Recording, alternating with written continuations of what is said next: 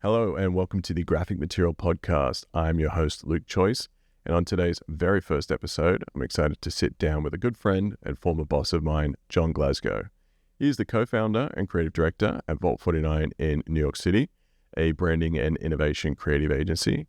We're going to talk about his pathway into design, along with his love for screen printing, how it played a role in their big break, and how it continues to influence the company's culture even today. We're also going to talk about times when you have to step away from the tools and find new purpose as we navigate a changing industry. So without further ado, let's dive into a chat with John Glasgow. One of the co-founders of Vault49, based in New York. Can you believe it's 21 years, 22 years? Oh, wow. That's flown by. Yeah, so as you can hear from the accent, originally from London, did a couple of years in London forming the company, but really quickly hopped over to New York and grew the business from there. In the heart of Manhattan, west of Soho, you can see a bit of the studio behind me. We're about 35 people here in New York. And doing everything around branding and innovation. That's how we describe the type of work we do now. Nice. Yeah, I guess like for me, a little background on our relationship where I joined you guys almost 15 years ago, moved to New York and did 5 years there working with you. But for me, like you guys were one of my biggest inspirations when I was first starting out. Like I had a little cork board next to my desk and back when it was just magazines, I'd tack all your stuff up. And yeah, for me, it was a real goal to like work with you eventually. So it was pretty surreal to actually have that opportunity in New York working with you. I guess for me, even like my curiosity a little bit more about how you guys started out. We've known each other a long time, but I don't know if I've always asked the right questions about where you started and how you sort of like got into design. And because you kind of hit the ground running from college, really. Pretty much. Yeah, pretty much. And I'll probably start a little bit earlier, actually, only because I was at my brother's wedding last year, and it really inspired my talk to really think about how did I get into design? Where did that design journey started? And it was really kind of heavily influenced by him.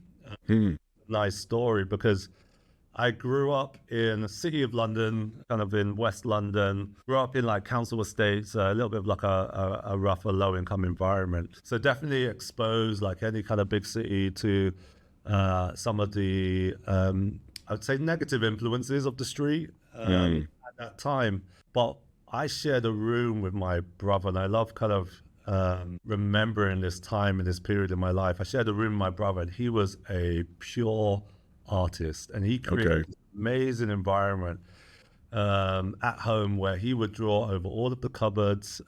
We lived in our room was the boiler room as well, so you'd open that, and in the boiler room there was artwork everywhere. He would just like pencil drawing and mark.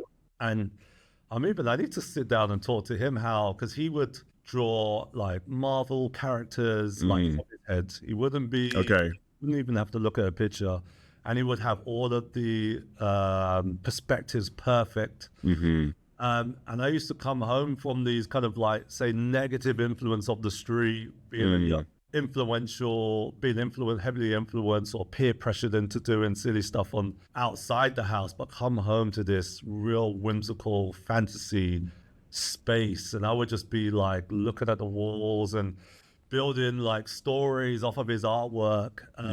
I would spend so much time in there playing, whether it was playing with my toys at a younger age or whether it was going through adolescence. I would just kind of go off into this wonderland sparked by that, and I think that triggered my early journey into creative. So that sent me on a path to kind of like, all right, I'm going to study on design. And then fast forward to when I kind of got into college, and it just kind of stumbled along the way. It was just like, okay, it was the next thing to do. And I had started on a course at the London College of Printing, which was typographic design.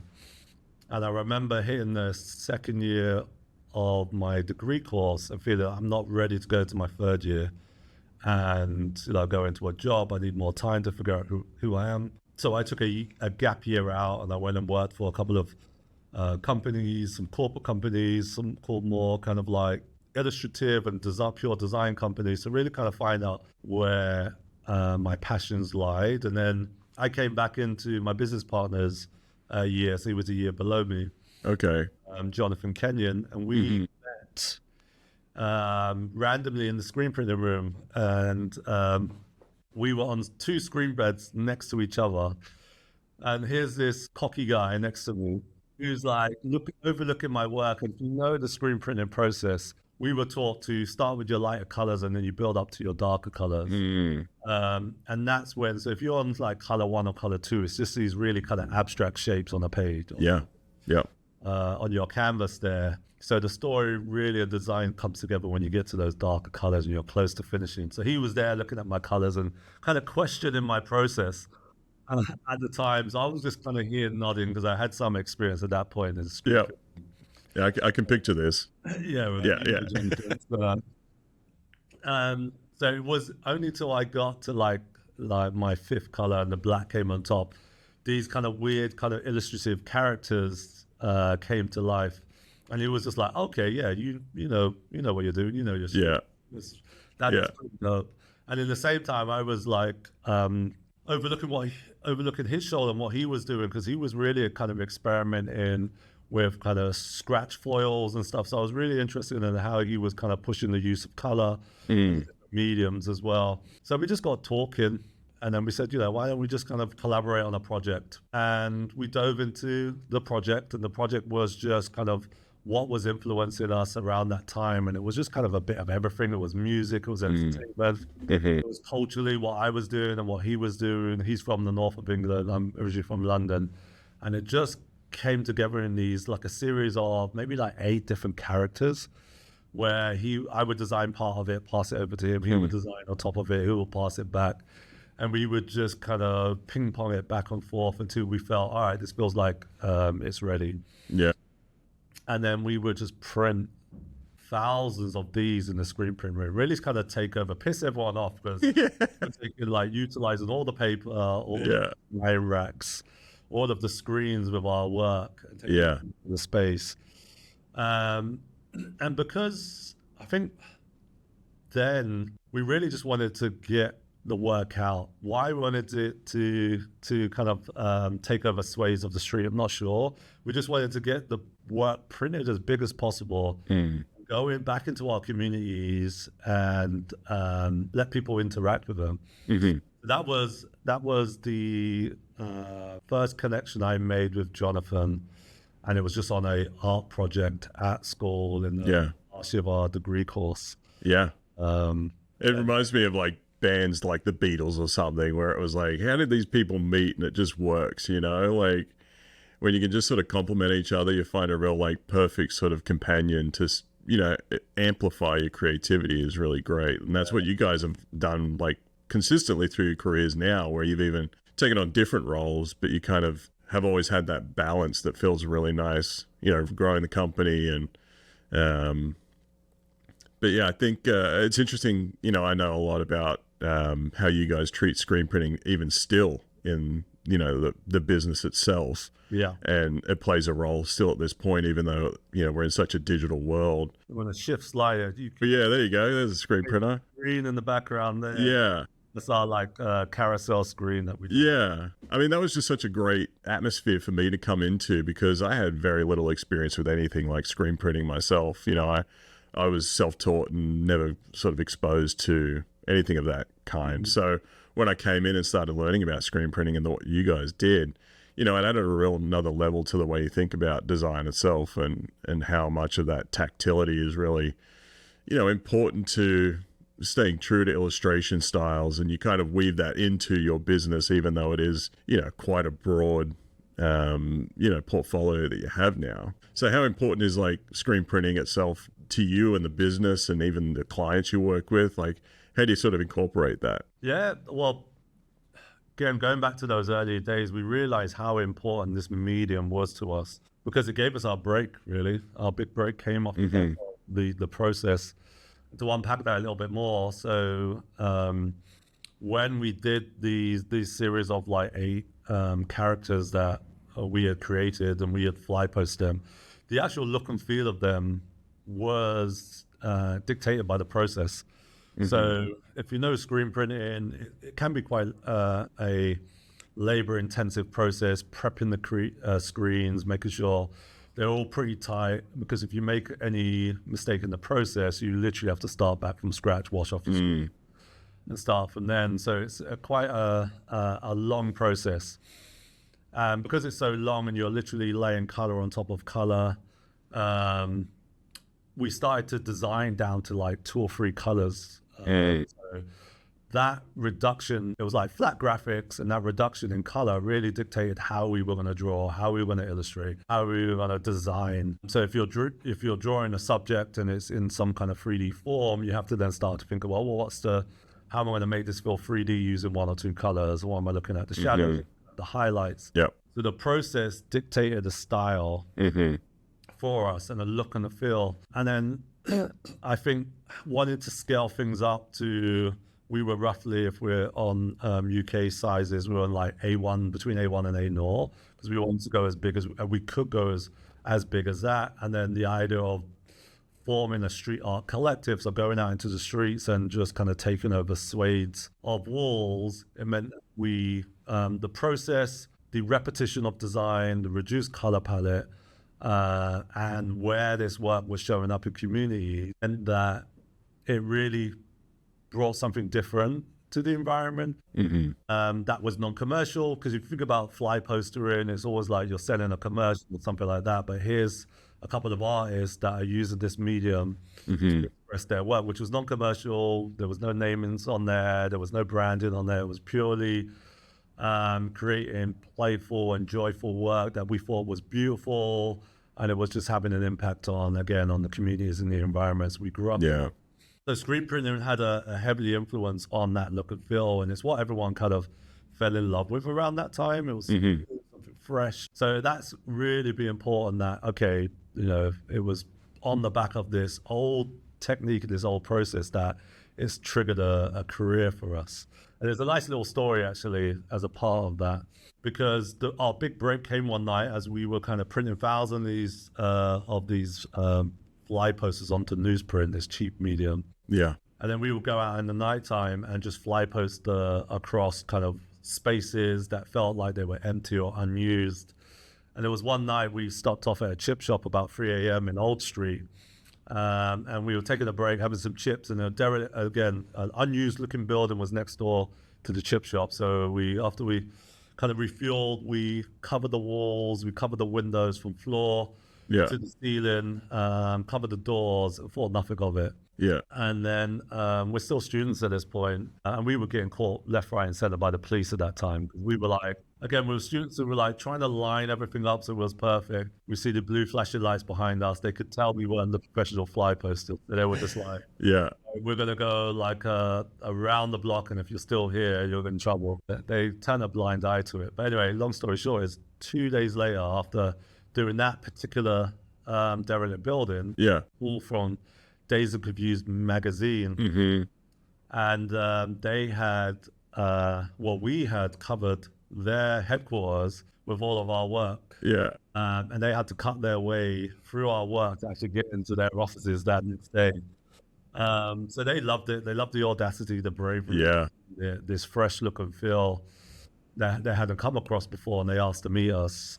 So we went down there, and that became that kind of wall we did became a part of their internal exhibition. They asked us to repeat what we did on the outside in their exhibition space. They invited the industry down. That's awesome. And we rocked up with about 1,000 prints and sold them for £5 each. And we thought, wow, there you go. Yeah. Made about just over about £1,300 at that point.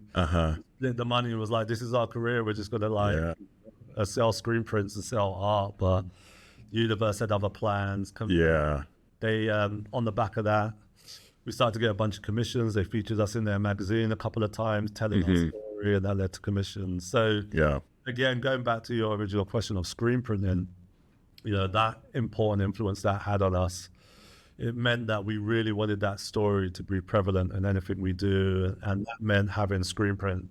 Whichever studio we set up, we'll always have screen print equipment there. We'll always teach that process to, I say, anyone who wants to learn it that joins us, but it's almost like a mandatory now as well. One, because they want to learn it, Yeah. It's part of, we do different initiatives in terms of like whether we're inviting young people into our space and teaching them the process, but our team just loves getting involved and learning the process themselves.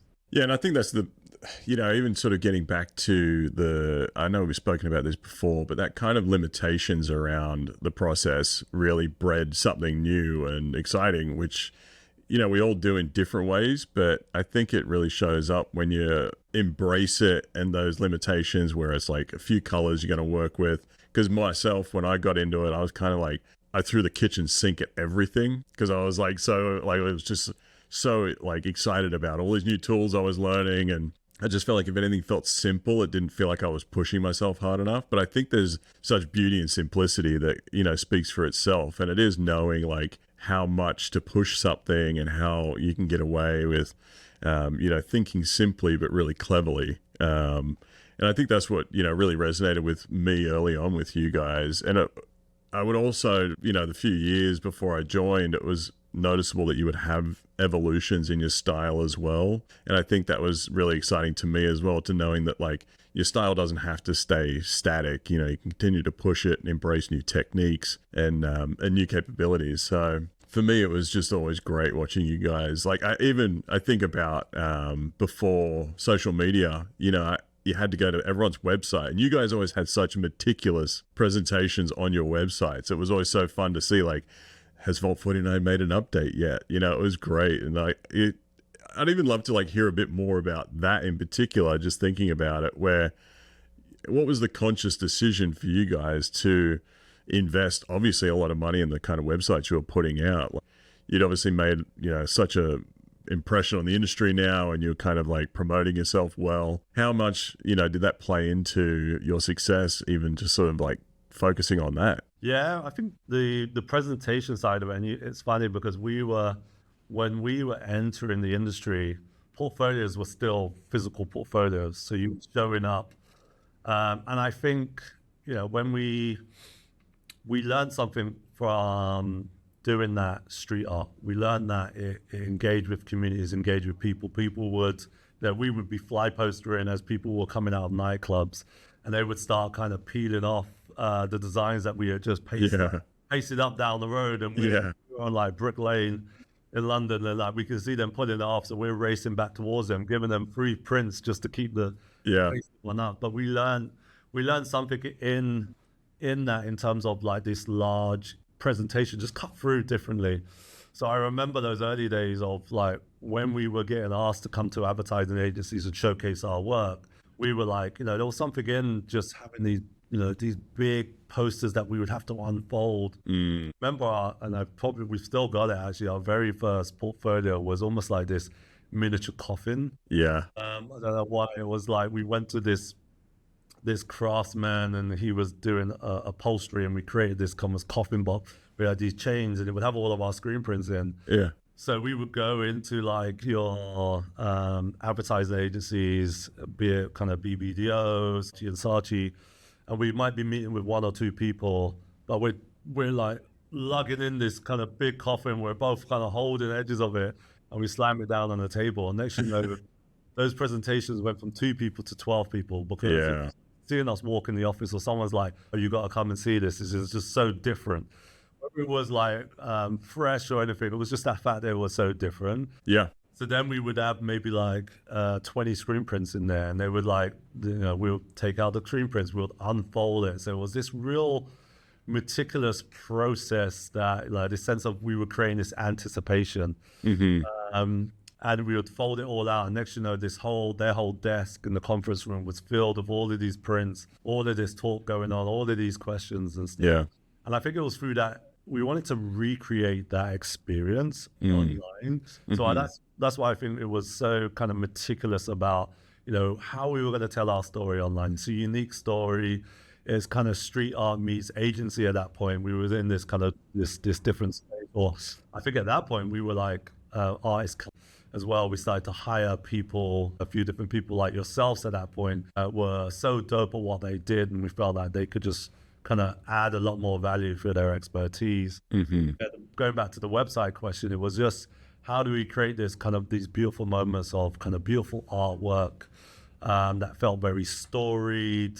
And there was just a sense of like a pace and an anticipation. So I think if I remember correctly, we used to have this kind of slow rolling of these beautiful images. It might be like interestingly cropped. Yeah. And then you might kind of then see the next one where it's out in the world, side of a building.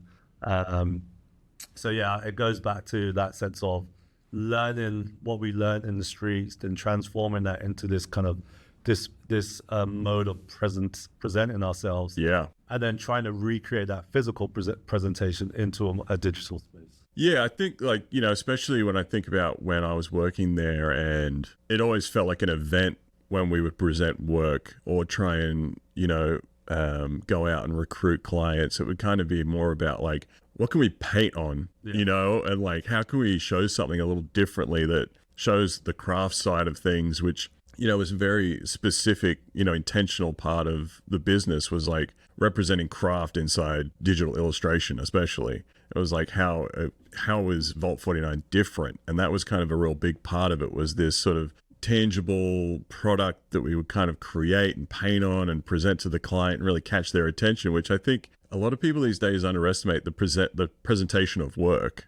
You know, it feels a little too contrived sometimes if you're putting it on all these different things. But I think when clients can start to, you know, get a context about how their work can be viewed or how they can push an idea a little bit further, I think those moments were where we really started to like, you know, hone in and sort of expand what the company could do. Yeah. And I think there was some like great opportunities. You know, I remember like painting a food truck. Yeah. It was awesome. Like we researched the food trucks all around New York and took time to like get them in, take their brief, like try and help a small business and use it as a real case study to like have some like great work to display on a thing that's just moving around New York constantly. And like those moments I think were great to sort of just promote Vault49, and I think a lot of people underestimate those tactics. Yeah, and again, I go back to the experiences we felt in the street and then connecting with people and engaging with them through our work. So we would, if we printed at like 3, 4 in the morning, we would come back at like 6, 7,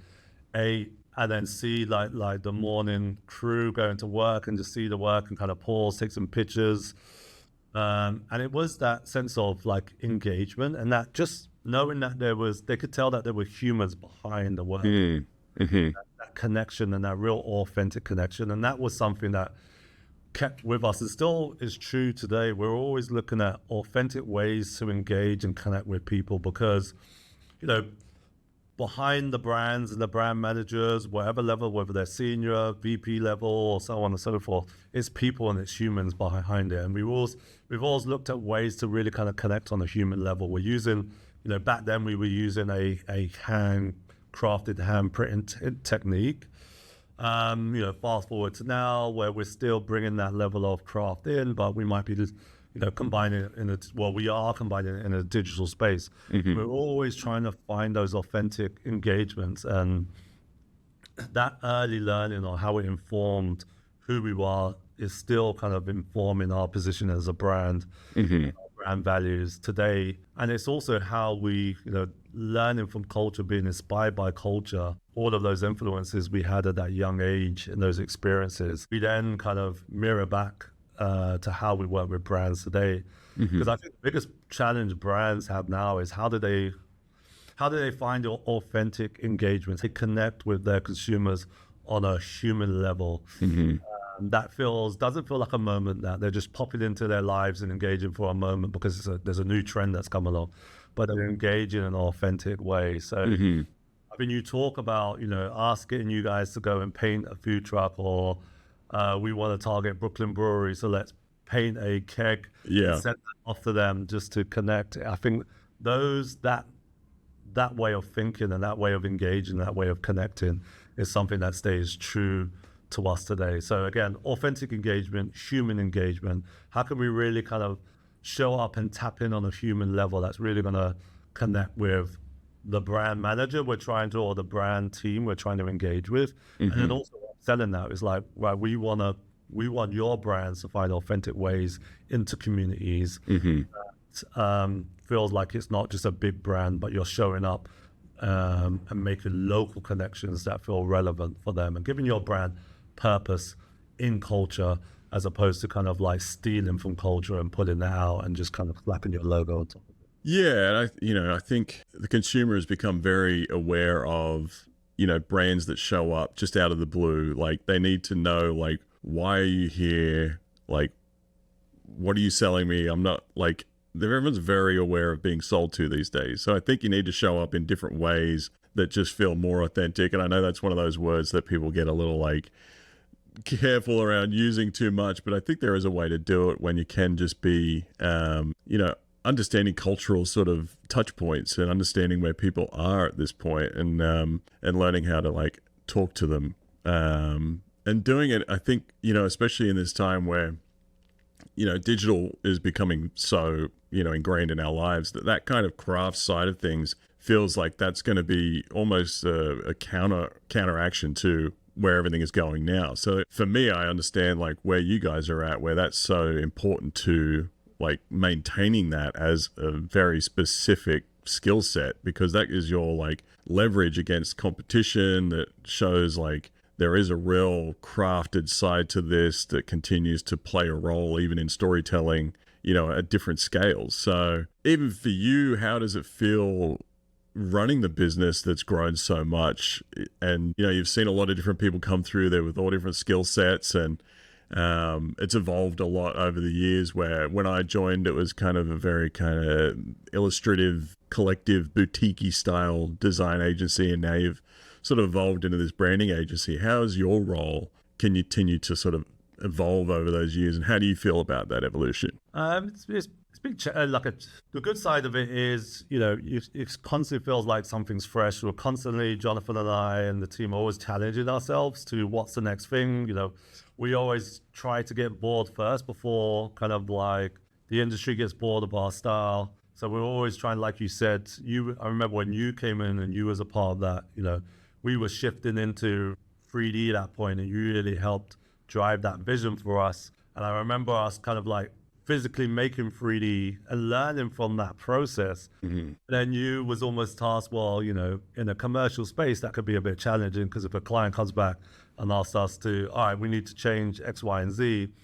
I think it was through that kind of handcrafted and making those 3D sets, mm-hmm. photographing it, learning the imperfection, and then applying that imperfection through a 3D process as well, and meeting halfway through that. I guess we've always tried to get bored before anyone else does, and then we always try to challenge ourselves, whether that's kind of bringing in a new hire that's going to inject there's some new energy, or whether it's just kind of like a new way of working or a new process.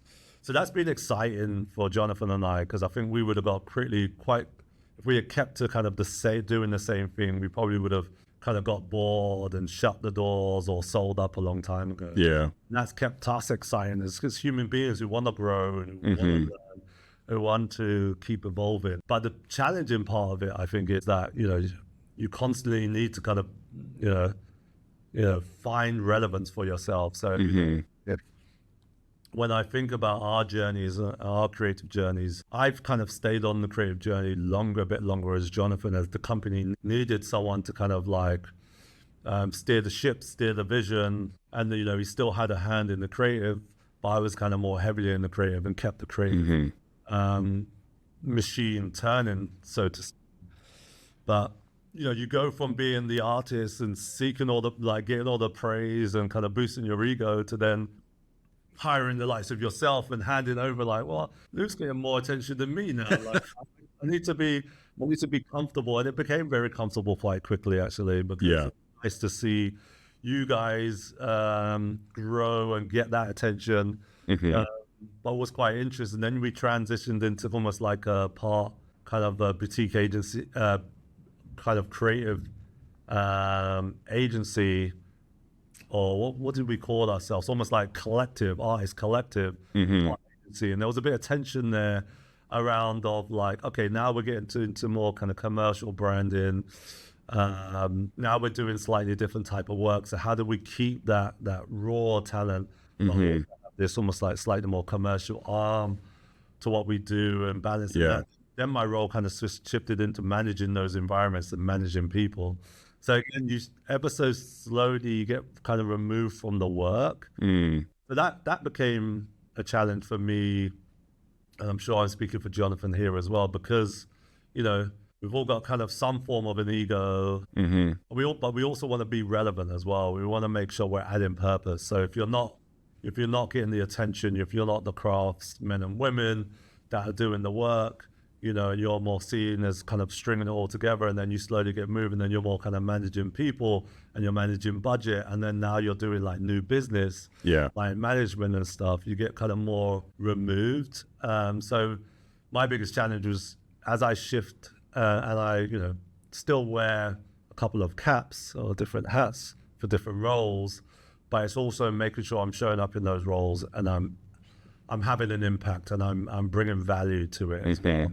Which comes with like, okay, now I'm doing this. What do I need to learn? Who do I need to learn from? Let me make sure I'm adding value. Yeah. Ego's a funny thing, because I think for me, New York was kind of a defining period for me, where it was like 5 years of just immersed in the most creative environment on earth, really. And that was where it was. And that it pushed me to work even harder at that time. And I was fortunate to be immersed with so many like great creatives at that time, like, Karan Singh, Kevin Brousseau, Elliot Grubb, Dave McLeod, like just people came through there with just... Well, a guy Rutger as well. Oh man, poor Rutger. R.I.P., we love you. Yes, we do love you. We miss you. Lots of fond memories. But it was a melting pot of like different people, a different set of skill set. But it was just like, it's almost like dumping you lot together and kind of like loosely stringing it together, but also just like, we need to figure this out. Yeah. And that was that, because for me, I've dipped in and out of studio work and freelance. At this point, it's been more freelance than studio work, but I think it was just that immersing in like so many people doing different things and just taking it all in. But there was obviously a clash of egos at times, like Elliot would testify to me being really hard to work with. So I'm sorry, Elliot, for all my pain over the years, but he always took it with good humor. But I think just when you can understand that criticism or constructive feedback, I like to call it, is only going to make you better. That's when you really start to like hum along and just get exponentially better, when you can take that in and learn how to process that information to your own benefit rather than dismissing it or thinking you know better. So I think New York was that learning experience of me sort of dealing with my ego, processing it, and then moving forward and understanding where help really does come from. And that was like my experience of Vault49, was that it let me sort of leap from there and go on my own and do that thing. Yeah, I remember the station. Hey, we all had a drink at the end of the day. It was still good. Yeah, luckily we had a couple of bars located close to the... R.I.P. Live Bait, Yeah, Live Bait, which is now Popeyes, I believe, which is a... Man, yeah. But I think, out of that tension and out of that, because, even us, Jonathan and I, we were learning on the job as well. And I talk about that managing people. It was like managing, you did have some shit hot talent doing great things. And our thing was like, how do we, one, get that talent to collaborate and work together? And then how do we make that collaboration work right for the brands we're working for as well? Yeah, we were just trying to figure out things as much as you guys. Yeah, absolutely. And I think we all knew that at the time, where it was like, I understood that, we sort of came in and you guys had stepped away from the tools, and I understood that, not tension, but I guess just navigating that sort of acceptance of how the roles are changing. And it's just great, it's been almost 15 years since I joined up there now, and you guys have just like continued to grow, and it's great to see like how you guys built, this big agency full of people that are still there, like from when I was there. Yeah. And I think that's a testament to you guys as well, is the fact that people want to stay there and continue working there. But yeah, I mean, for me, I think that the big idea of like stepping away from the tools, especially speaking about that, is now like I reached out to you when I first thought about like taking on a new challenge, because it had felt like when I left you guys, I really wanted to stay on the tools. It was really important for me. I hadn't felt like I'd reached that point yet where I was really satisfied with how far I could go. But But then when I reached out to you like just over a year ago about like, hey, I'm thinking about like taking on a new challenge and seeing how I can sort of use my skills in a new way. And now I'm almost a year into working at Adobe in this new position. So that's kind of where it brings me to this point where, it's enabling these conversations about what the design industry means to us and how we can sort of continue to improve it and how we can continue to thrive as it's changing so dramatically right now. But what do you guys think about when you think about the future and I guess navigating, the changes, whether it's AI or anything else, but like, how do you feel about things moving forward and what do you do to sort of keep energized about it? I think probably a few things. There's been I would say in the last kind of couple of years, there's been this real kind of push as a company to really start to enter the project at further upstream, I should say, really kind of be in the rooms where some of the challenges are being discussed in its infancy and how we can start to influence that. So we have a growing strategy team here pushing us forward, which is exciting. It's a new way of working for us. Kind of applying some of our skills and our experience at that really kind of informative stage for our brand. So that's been a new journey for us to challenge ourselves. And in terms of the future, we see the company evolving there, but separately as well, we really like to kind of build and continue to build more work and more connections with people that don't necessarily have access to creative spaces. What's quite interesting, and it's a story I tell quite a lot, is your story and your journey in terms of, we hired you that didn't come from a polished degree. You didn't come from this kind of elite environment where you had done a 4 or 5 year degree, had built your credibility there, and then kind of come into the industry. You kind of like learn off your own back, learn the tools yourself, had enough of a basis, and then you applied what your passions were to that. And I often tell that story to young people that I engage with now who, maybe can't afford to, especially in the US, to go to these universities, or come from communities where, their parents believe in, the creative industry isn't a career. It's not going to kind of like set you up for life and give you everything, all the tools you need to navigate life. So I really kind of try to inject myself in the community that I grew up in and inspire and pay it forward, however you want to put it. Just really inspire that next generation. So I kind of helped start an initiative, maybe 10 years ago now, which we've kind of coined the SWAP. And it's an exchange program where we work with, not isolated to, but we really targeted a community of Black and brown creatives because, knowing that was a lack of people of color in the industry, and really trying to unpack why that is. I can probably name a handful of people of color in like senior roles in the industry and can't go much further than that. So I started to kind of think about what can I do at a grassroots level, and we formed this exchange program where we work with creatives in the US, particularly New York, Boston, and Chicago, because that's where our partners that we collaborate with. And then we take maybe a handful, up to about 10 young, passionate people who want to get in the creative industry. We take them to London and we connect them with a similar set of young people in London, and we create this project. Initially, it was a brief. So our partners are Sean Carter Foundation, and around a little bit, but I'll give it a bit of foundations. With Jay-Z's foundation, the Sean Carter Foundation, that's who we initially did this exchange with. We did a pilot exchange program, and it was really quite influential on the young people. It was also influential on myself and Lawrence Latte, who kind of co-founded it with me. So we continued to build on that year after year, creating these, fake briefs. Vault49 will create these fake briefs. We will get them to go and do the research, come up with the ideation, and then we would always do a production component to it. So it might be screen printing, it might be doing letterpress at the end of it. So we bring their ideas to life so they have something physical and tangible to remind themselves of what the experience they have, and hopefully that we've planted a seed minds at that point and show them that they deserve to be in our industry. Fast forward to kind of 10 years down the line, we also now partner with the Obama Foundation on their My Brother's Keeper initiative. We now got brands involved, so we've worked with Ford, we've worked with Kit Kat and Nestle, we've worked with Nike, we've worked with brand Jordan, and now they come and sponsor it. They help us create a brief and a challenge. They also get to engage with this community and Gen Z consumers.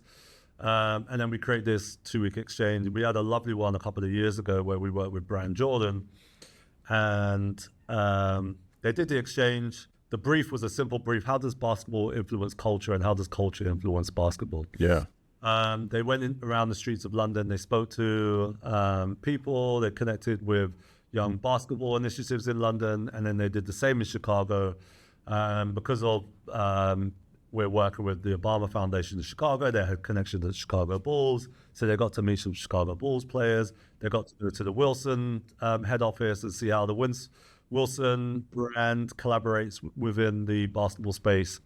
They created their designs, which was to design a jersey and some shorts. And they found that connection between London culture and Chicago culture, and they had that kind of that red thread that run between those two cultures, which was their big idea. If I remember correctly, was same game, different story, different voice. So they've done all this work. We always get them to create a presentation and they present back to the brand. So we had Tinker Hatfield, the iconic sneaker stroke trainer designer, designed like the early Jordans and the early Air Max on the And we also had Howard White, who was a mentor to brand Jordan, really influential on that brand and the relationship between Michael Jordan and the brand. They were on the call. The students presented to them. Tinker Hatfield's feedback to them was, "This is the best presentation I've ever had." Not by students, by anyone. So inspired by the work.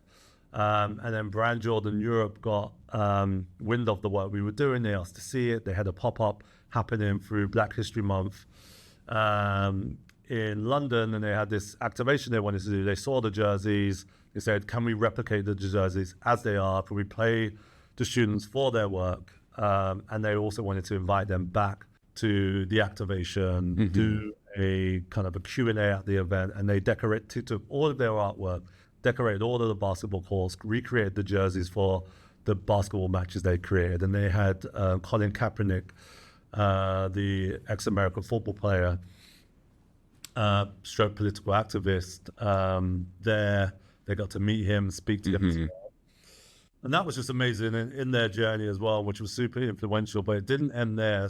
When 2024 rolls around, NBC got wind, and we always document it. So we always have a film reel, 2 weeks, a week in London and a week in, and we create this kind of 30-minute video and then a lot of kind of shortcuts from them. NBC had got wind of the work. They asked us to see the video, and they said, "Can we just air this during Black History Month nationwide across the US?" 24, and they did that, which was amazing. And then it got shortlisted for 2 Emmys. Wow. So it was regional Emmys before it goes up to the big Emmys. And we then had to get the young people suited and booted again and take them to this Emmys event in Chicago. And unfortunately, it was very competitive. They didn't win. But to go through that journey, even when I look back on what those individuals are doing now, one of them we ended up hiring from that exchange work. Another one of them has gone on to be hired by the Chicago Bulls based on the program and the connections he made. Go on to open up for Obama using some spoken word stuff. So they've all gone on to do kind of interesting things based on the exchange program. So long story short is something that I personally are really quite inspired for, and I get a lot of inspiration from now is kind of how can we build more of a programs that Vault49 are engaged with that is non-commercial as well.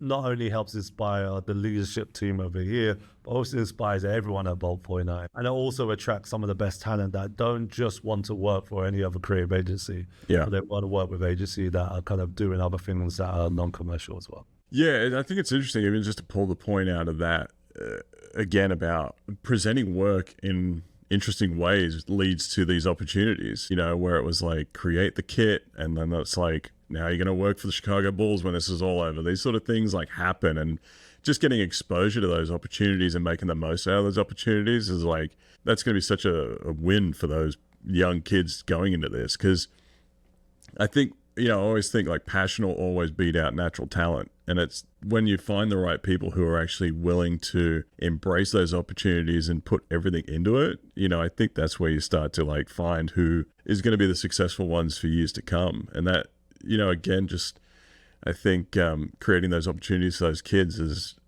such a great thing to be doing and putting your effort into now at this stage of your career. I'm finding that in small ways now where I'm more immersed in the community and thinking about, we're a couple of old guys, I guess, looking back on, suddenly when you hit your 40s, you talk about decades. So you look back on, what were the challenges I went through and how can I empathize with where younger kids might be sort of looking at the industry now and wondering how they're going to sort of enter into it and find opportunities. And I think that, when you take initiative and just create the work, I think those opportunities really just sort of materialize. And if you can communicate your passion, then you're already on like a good trajectory. And I even think about one time when we were working at Vault and we pitched on a job and we lost it. And, we asked, why didn't we, can you just give us a little feedback on what we were missing? And they just kind of said that the client thought we didn't sound excited on the call. And I think that was like one of those moments where I was like, that nugget has just taught me so much about how you need to come across in those situations. And the thing is, like, I love my job. I love designing. I love being able to like understand a brief and create something visually that encapsulates it.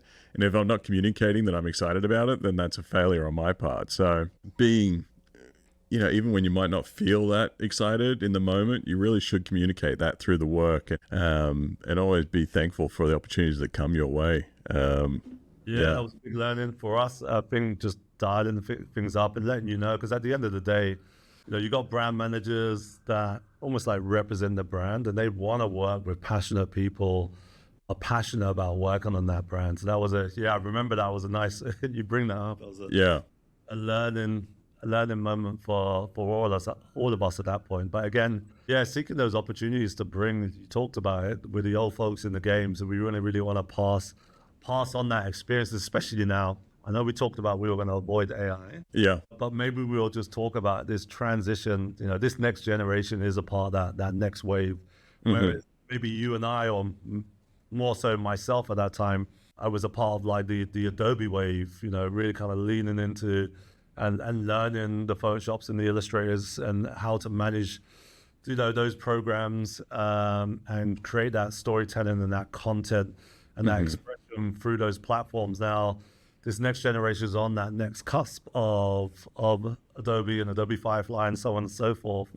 And what I like to do is just remind them about, before everything can become just too kind of like monochromatic and all the same, like you're putting your influences or you're using kind of like a smaller pool, like if you're just staying on Pinterest and living on Pinterest because everyone else is living on Pinterest and all the work's going to start to look the same. So I almost think it's more important to inject, as we start to embrace these new ways of working, to inject some different influences in and feed it all in together. Absolutely. Really kind of like, not be scared of what's to come, but just make sure you're still kind of diversifying yourself, diversifying your experiences. One thing we do here at Vault is, we're the biggest cheerleaders, encouraging the team to get out in the world, like get out, get in front of people, get into culture, get into subculture. Yeah. Those influences there and bring those influences back in, because that's where the excitement, that's where the new stuff is starting to happen. And it's similar with kind of craft and creativity. still kind of be inspired by what's been done before, inspired by what's to come next, and just really Yeah. start to bring it all together. Yeah, and it's funny, like I've had a couple of conversations lately, even just about more high school kids and their thoughts on, using AI in their workflow. And a lot of them don't want to do it. And I think that's a good way to think about it, especially when it's so important to understand how things are constructed and how balance and color and composition and all those things really come into play in being able to, eventually if you use AI in your process, you'll need to direct it and you have to understand why it's working or not working. It's not, if you just think that it's going to do what you want it to do without any input, like that's a misassumption. And I think that it's a good tactic to learn as much as you can about how to craft things yourself going through the process. Because I've been doing this 20 plus years and I don't get the results I want out of AI right now. It's a good assistant at certain things, but if I'm thinking it's going to do like what I can do, just a little bit quicker, that's not really the truth right now. It's really helpful to brainstorm because especially when I was a freelancer and working pretty independently, you don't have that sounding board all the time. So it would be really helpful in those situations. But, I'm fortunate to have gone through and learnt the ropes and learnt the process and been influenced a lot. And I find I'm more hungry to learn more about the history of graphic design than I ever was because I was self-taught and I kind of came through and like comics as well and 80s cartoons. And that was kind of like what energized me. It wasn't, Sagmeister or, these old iconic graphic designers. I was all about like, give me the maximalist kind of look. I wasn't like pulling punches. I was throwing it all out there. And now I'm more thinking very considered about how these things play a role in, stripping things back and not, where AI is kind of like really like over the top at the moment. So I think when you can understand that subtlety and nuance is really important in the process, that you'll be continue to like have a career and you'll continue to like grow because you've paid attention to those things. So I wouldn't encourage a young designer to just think that it's all going to be AI in the future and that's the only way to go about it. It really is going to be important to know how to like create something yourself and build from scratch and have ideas and bring your own personal influence, which was one thing that really helped me sort of get over that hump when I was trying to find a unique voice. Was I stopped looking at what everyone else was doing and I tried to like limit my social media followers, and it was really just about like, all right, I'm hungry, like I'm gonna make some food illustration or something, like just thinking very simply and sort of more focused on myself rather than the the trends that were happening. And that really allowed me to go, all right, well, if the trends are going that way, I need to go the other way. And I think we're going to see that a lot more now where people are going to get saturated and you just need to think, anticipate where things are heading and sort of get there first.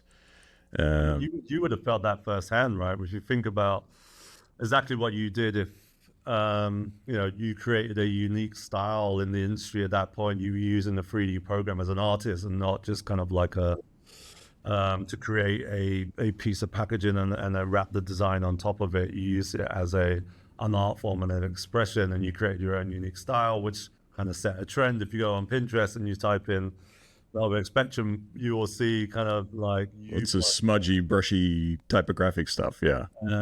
Exactly. And you could see that even you were quickly to kind of dismiss and be like, all right, I need to move on from this and I need to evolve from this. Yeah.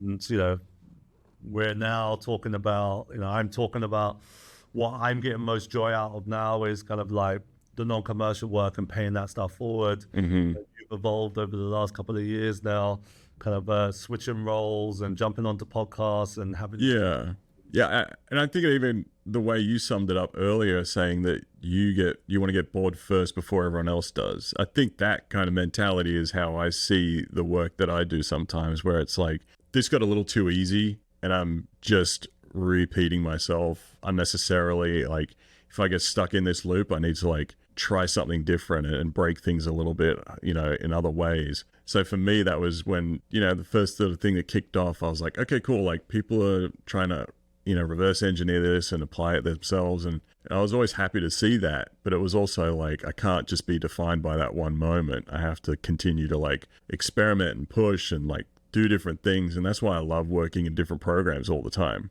You know, I'll work in Photoshop one day, Illustrator the next, C4D the next. And it's always just keeping things interesting and seeing how different, creative processes influence each other.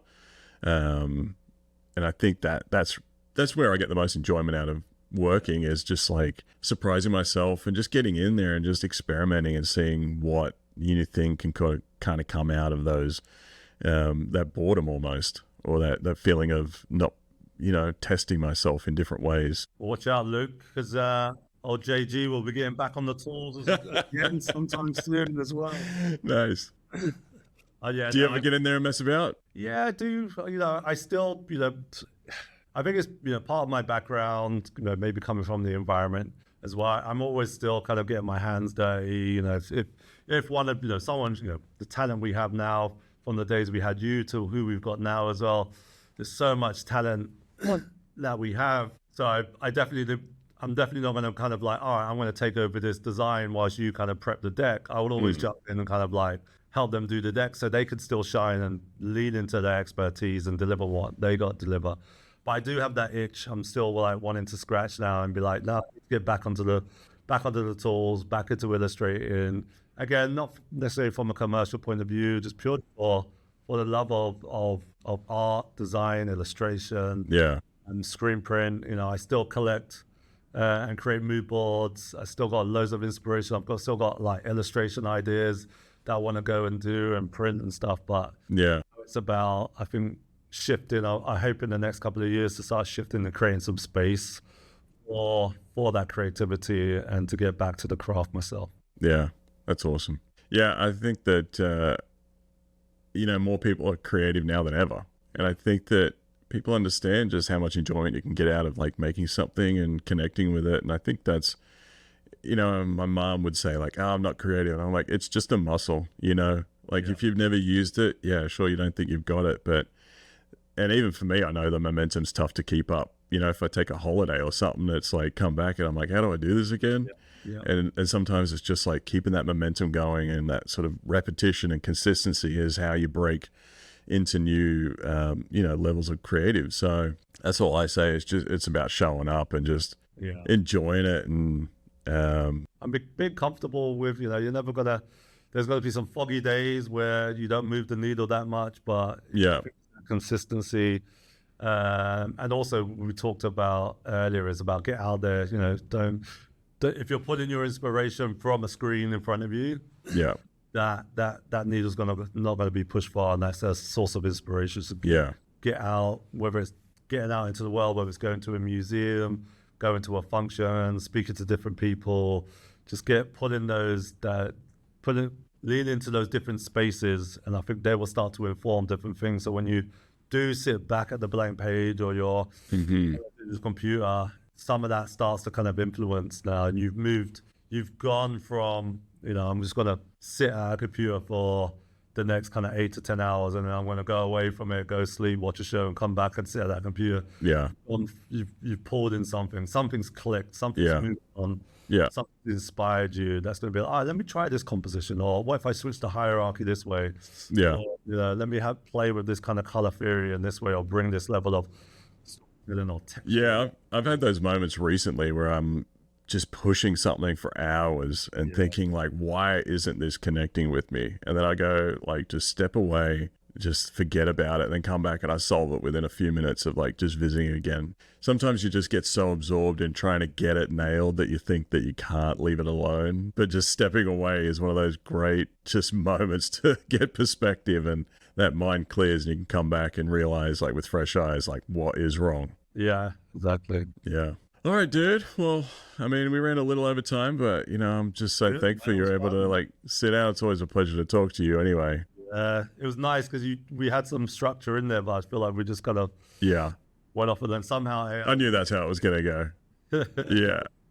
This is great though. I love the setup, man. I love the questions. It feels really warm and comforting. And maybe it's because we know each other, we're friends, and we've got a history. But there's just a sense of this, just like, it's just a chat, man. Just that's all I want. Like, honestly, like I started this just with the ambition of catching up with friends that have fallen away over the years. Yeah. It's funny that, you spend so much time with people and then you move countries. And that's kind of what was Vault49, where we're all kind of expats from somewhere. And eventually we left. And then you kind of had those best friends that are now like somewhere else on the other side of the planet, and you have trouble catching up, and everyone has kids and getting busy and life changes. So I thought this would be a great way for just like reconnecting with old friends, but making some new ones as well, and learning about where everyone's at. But I'm sure you got like a handful of like your Elliots, your Karans, your David Cloud, your Daniel that you can kind of yes. Yeah, Daniel Trindle. Oh my God. Yeah, I got to get him on the podcast for sure. Yeah. Hilarious. Yeah. But yeah, and also it's like shining a light on some like people who I think are just so talented that, also like Elliot, where he stepped away and kind of, some of us went a little bit more public on, growing our social profiles and that. But Elliot just kind of, he's great at managing and sort of directing. And now he's I Love Dust, which is still just such an epic studio. Yeah. So I think his perspective is going to be great to get on the podcast, and we saw that. Pester him. We flirted a couple of times of trying to get him to run the London studio. Because he just had that talent, that big picture managing. You'd really kind of see the commercial side. He's the details guy. Yeah, he really is. Yeah. Still having that hyper creative output. Yes. I feel like a company like Vault or I Love Dust would have been perfect for him. Perfect. Yeah. Is he pretty much running the team over there now? Last thing I heard, I mean, he's crushing it over there, and they just do their thing so well. That I'd actually love to hear a bit more about how it runs on the inside. Yeah, they really are. They were the one, it was almost like there was a handful of doing the same things, and we went our way, but they just really stayed true and stayed relevant. And really kind of stayed ahead of the game and what they were doing, and just obviously talk about setting trends. I feel like they set trends again and keep. And another place that just attracts great talent. And I think that's the trick as well, is being that place where people want to work. And I Love Dust is that sort of epic name in the industry that you can kind of rely on getting some quality content out of. So, long may it live. It'd be yeah. The evolutions of the Vault49s and the I Love Dust over the next kind of 5 or so years. How AI impacts it, but exciting. All right, dude.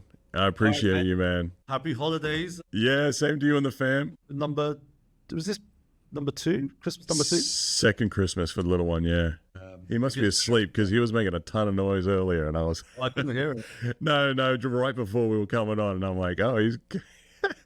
I'll have to get the audio enhance out, but I think we should be good. Next video call, you'll have to bring him on. Yeah. He's walking now. He's just a little charming fella. Really? Yeah. Have you saved, baby-proofed everything? Oh, yeah. He doesn't go far without my hands. Yeah. It gets worse and worse, especially if he's a boy's boy and that boy energy. Yeah. Stuff like... Yeah, mum's having a little heart attack every 3 seconds, And then sort of like cracking their head on a wall or a corner or something. Yeah, we got those little like soft corner pieces on all the pointy stuff, The decor doesn't look as great now, but he's gonna be safe. Yeah. So my luck to Morgan as well. I will. Same to you, man. All right, man. We'll speak soon. Appreciate you. I appreciate See you ya. too, mate. Bye.